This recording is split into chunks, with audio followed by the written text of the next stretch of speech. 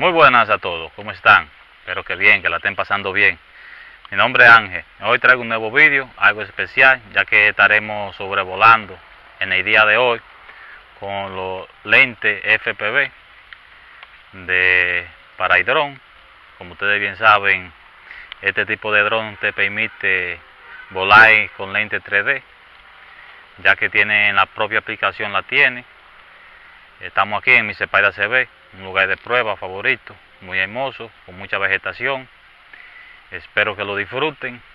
Si usted es nuevo en mi canal, yo le invito a que se suscriba, que active la campanita para que le lleguen todas mis notificaciones cuando suba un vídeo. Eso es todo, empecemos.